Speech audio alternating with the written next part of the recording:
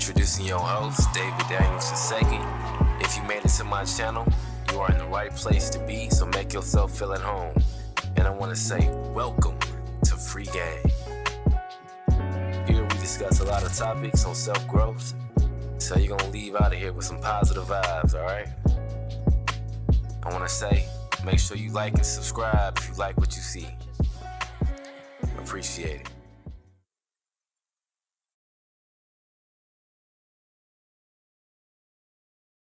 I want to focus on Free Game. Welcome to Free Game. Make sure you check me out, like and subscribe. Check me out on YouTube. Check me out on Instagram. Check me out on X. And, all I'm asking is just for you to like and subscribe. So, with this video, I want to kind of put some emphasis on so many individuals who are having more questions, having more doubt of what they should be doing, and how, inspiring to motivate others, and, being just in this world, get swept up in the feelings of others. I think the biggest problem that I see is that people get caught up in being lost in the present. And I always tell people, don't be a prisoner of the present. A lot of times you might be running into a situation, a relationship, or something, dealing with somebody, and you might have vengeance in your spirit, or you might be feeling hurt in your spirit. And, not trying to tell people to be so naive, but I'm trying to tell people to have forgiveness in their heart. So, these messages is usually messages that's preached around for Christianity. And those who have a forgiving nature and love that neighbor, and also those who try to do harm against you. One thing I've learned is 36 years old, and you have people who be straight up and tell you, they don't like you, they don't have to like you. They try to be a burden, they try to mislead you, they try to place you in harmful situations. But at the end of the day, it's a testimony for those individuals who can muster up a little bit of love and say, I forgive you. I understand that most of the time these people come from a hurt place, and then when they come from a hurt place, they hurt others. A lot of times people who are in toxic environments or toxic situations, they put that on others, and they reflect that on others. So you have one person that might be broken or might be hurt, and then they're reflecting that hurt on somebody else. Now you got two individuals reflecting hurt on each other.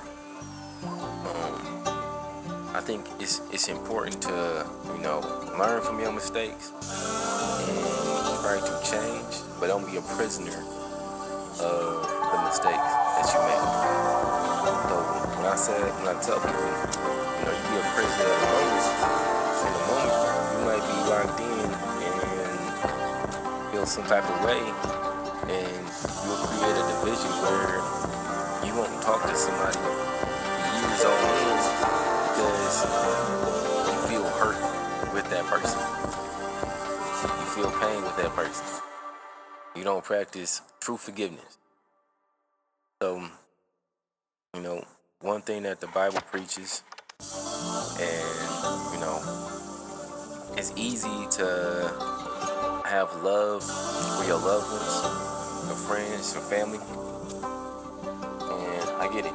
In today's society, it's hard to entertain people because you might not recognize the intent of that individual, especially for a woman. But that's why it's true importance for a woman to be with a man, a God-fearing man, somebody who can lead them in the right direction and pray as as she prays for that man to have discernment and understanding and guidance, he is also praying for her to have the same, because they are a union and they are one. And I think it's important when somebody finds a spouse, somebody who they want to marry. The whole purpose is for that union.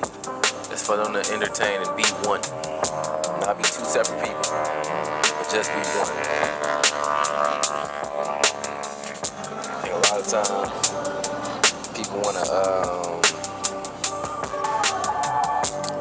they do things and they might entertain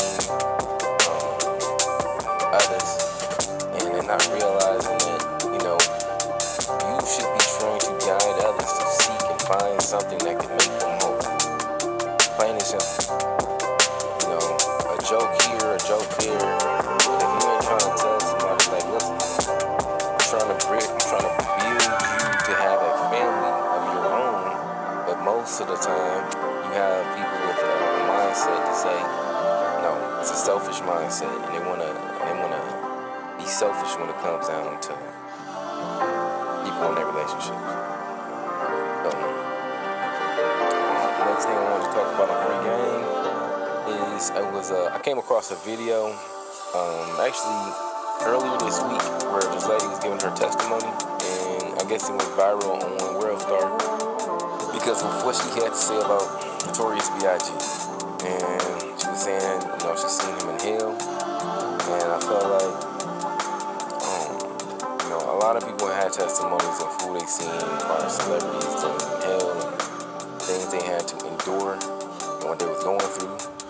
And I think her testimony was extremely powerful because he didn't just give the insight about heaven or the deception of those individuals who thought they were going to heaven, or even her characteristics of God and of Jesus. I felt like the most important part was when she started to speak of reasons why people were going there in the first place. And she called it out. She said a lot of times we have church folks who might sit in there and they want to entertain others and gossip. And it's a show for passion instead of trying to learn and be a better human being. My thing is, every single day you should be trying to find growth. Your life is a journey. You should appreciate that journey, but every single day you should be trying to figure out, how can I be a better person? How can I be a better human being? How can I be of service to somebody else? And that's the thing that people miss. Even when you start to read about, read the Bible, people have a nature to say, why do I have to do for others? It's about, if you are a service unto others, then somebody will be a service unto you. But we get away from that mindset. We got this greedy nature because we live in a pyramid system where the selected people at the bottom, trickle money to the top. And we have a greedy nature about us, where you only do something if the price is right. And I'm trying to tell people, all that good credit ain't gonna matter if your credit with God is not solidified and you're not doing things purposefully where you can change and make change for others. So I always tell people, you gotta look at things from a standpoint, is it just the right thing to do, and is this something that I wish somebody would have done for me? But like I say, don't be a prisoner of the moment. You can't be feeling a certain kind of way if something didn't plan out the way you planned it, you wanted to plan out, or if somebody didn't do something in return to help you strive for greatness, to be better, or be at a different point in your life. You can't hold that resentment. I'm telling you right now, I'm appreciating of all of my flaws and all the different things that makes me who I am today. And you have to stand on it.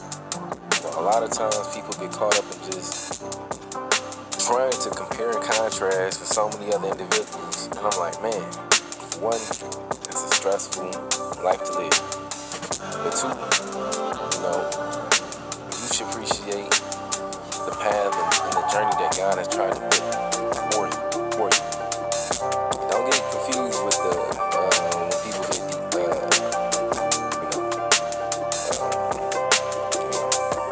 I say off course, or they're not on the same path that they should be on because their purpose haven't came in light, or they haven't accepted their true purpose. The worst thing I always say is some people get to go through life and not ever understand what your purpose is. Man, pray for those individuals. And there's true individuals that have God's grace, and He's been trying to tell you what your purpose is, but they're stubborn and they don't want to accept what their purpose is in life. So, I always tell people, take the time to appreciate what God has delivered for you, the blessings that He has done for you. Appreciate the creation itself, meaning He created day and light. He woke you up. He gave you a family. He gave you purpose in a job. The littlest things we take for granted. And I'm telling you, if you sit back and you start to think about what life could be, where you could be at, you start to realize, man,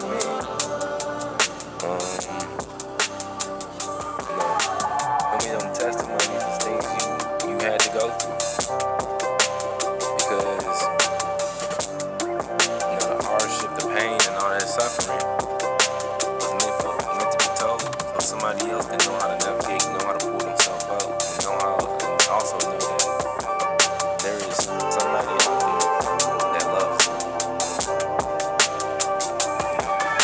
Somebody out there that truly loves them, and there's a home waiting for those individuals who have went through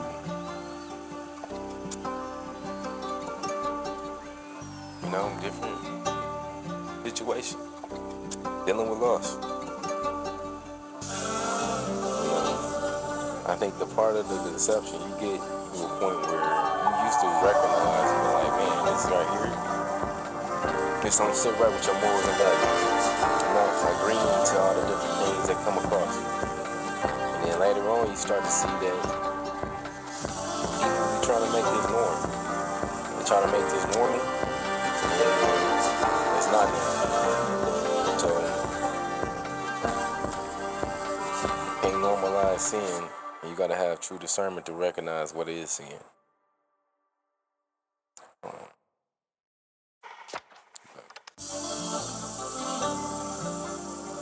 I always tell people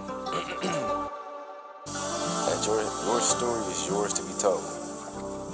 I can sit here and make videos and talk about somebody else's testimony. I recommend those people to look them testimonies up. Go straight to the source. You don't have to get things that's broken down in 5-minute video clips and you're trying to understand something. Actually look up those people's testimonies themselves and try to have an understanding and figure out what exactly their message was in the first place. I think a lot of times when people get left in the dark is we pick and choose what things we want to highlight and never look at the full context of the whole entire story. Like again, that woman who was talking about her testimony, she was talking about hell, but it was more than just a testimony of hell. It was what God showed her. It's what God made her feel when she was in the presence of Jesus Christ. It wasn't even the description of Jesus Christ, it was what He made her feel in His characteristics. His characteristics is everything, because those are things He wants you to reflect. Forgiveness and love. There's a lot of people who don't know how to move off forgiveness and don't know how to prisoners of the moment. You deal with resentment, you're gonna deal with guilt, you're gonna deal with all that, and then you're gonna try to justify it, you're gonna try to tell yourself that it made sense. You're gonna try to tell yourself it made sense, be feeling that way, and then you're gonna try to talk to people, and you want people to back up the ways that you are feeling, because you don't want to feel alone. But the crazy part is, if you don't self-correct, if you don't self-fix those things, those issues, you are going to be alone. You're going to be alone. That's the saddest thing that people don't truly realize. You know? Prisoners of the moment.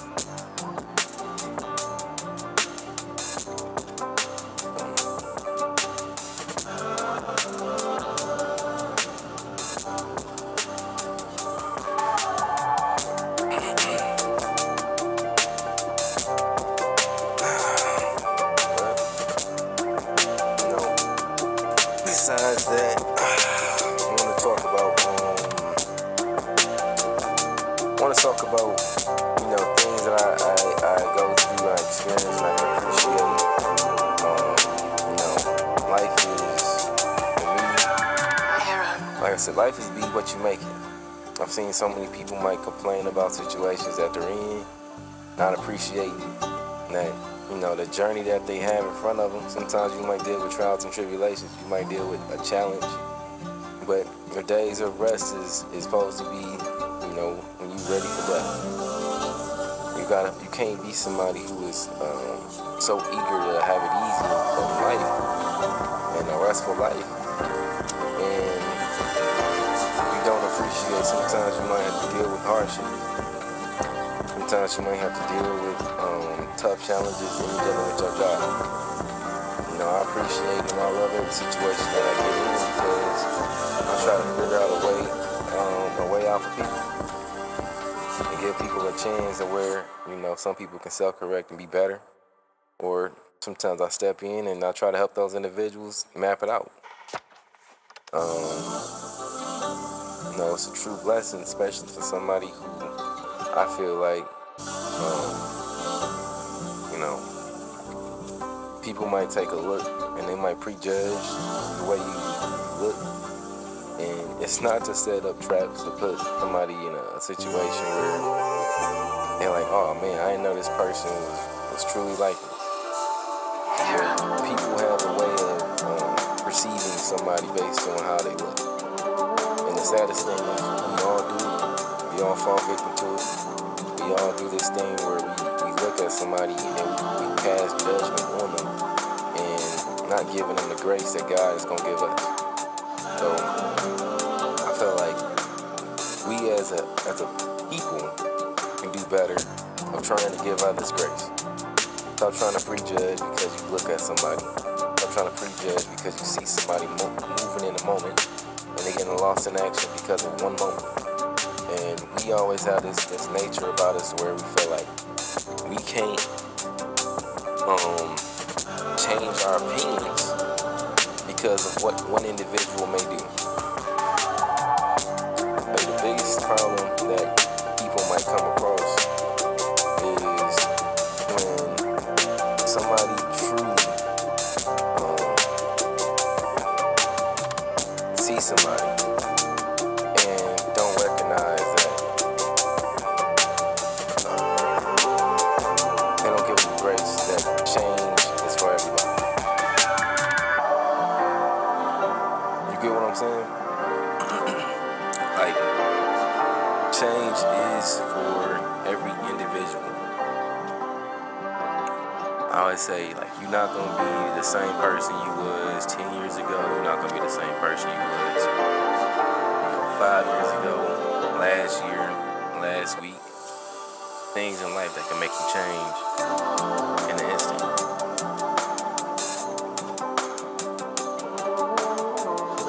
So I feel like people need to offer up and muster up grace for those people who need time to realize the change that they need to be making.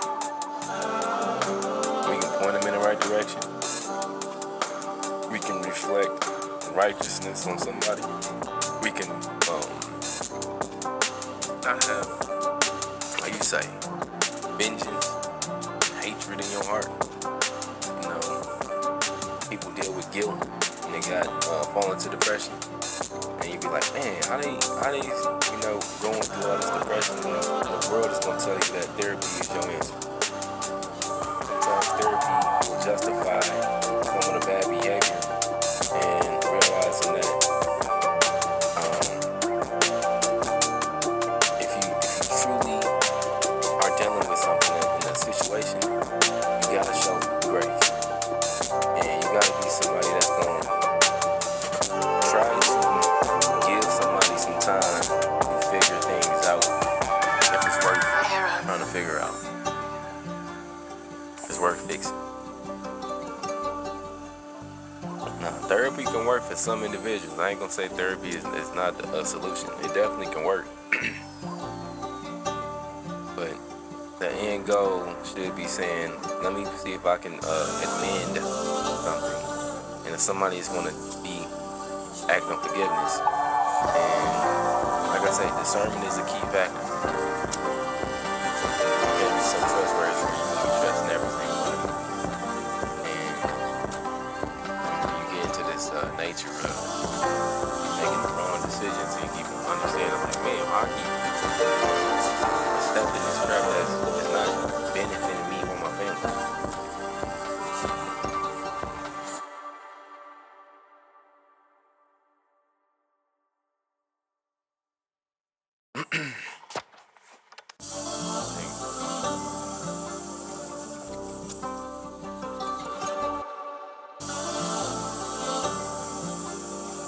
Another thing people should be trying to do is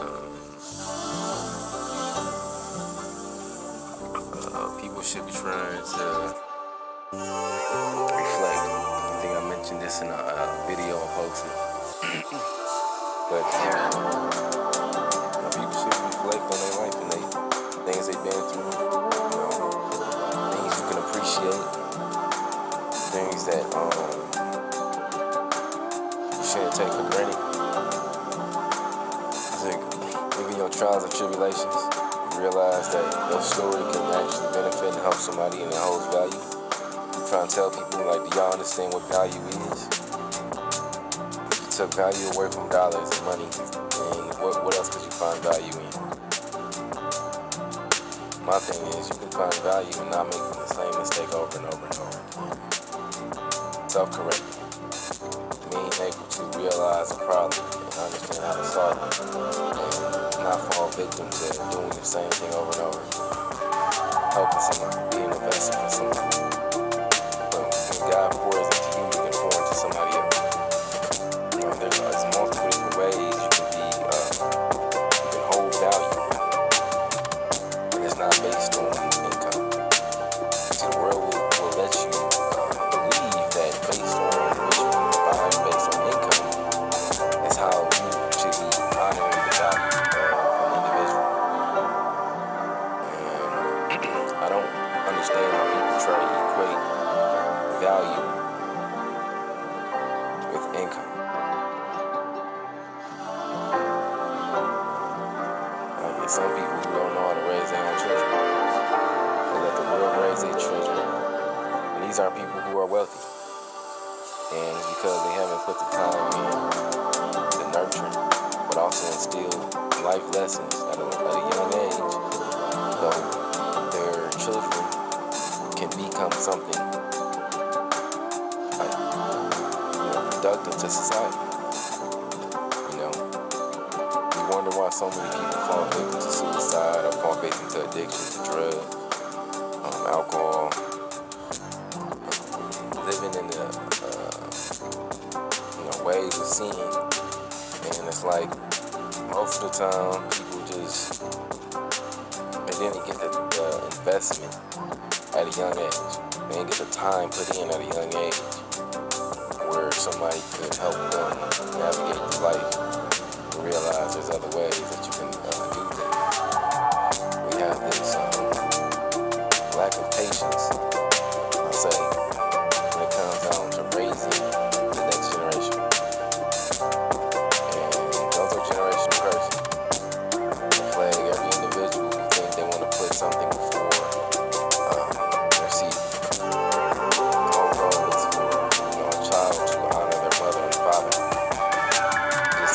mother and father shall honor their father and God. You start with a generational curse, and you can't honor your father and your Lord and Savior, God,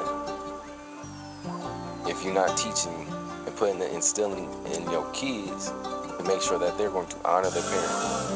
When I come across nieces and nephews, I always make sure that they are listening to their parents, their mother and father. It is important that children, the next generation, will listen to the ones who love them most.